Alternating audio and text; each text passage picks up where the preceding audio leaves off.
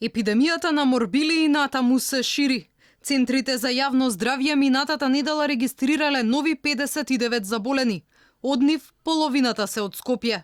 Меѓу новозаболените имало и 6 мина здравствени работници од Битола, Куманово и Скопје. Надлежните велат расте опфатот на вакцинација со МРП вакцината. Во главниот град вакцинирани биле околу 15.000 граѓани. Во Скопје остануваат уште 870 лица кои што треба да бидат вакцинирани, а во останатиот дел на Републиката 11.580 или вкупно 12.480 се уште не се вакцинирани, се уште треба да се вакцинираат и во изминатиот период тие што не беа вакцинирани се надевам дека сега ќе бидат вакцинирани. Ви реков зошто? Заради тоа што во Скопје опфатот веќе дојде 94,7%, а вкупно на ниво на држава 70,9%.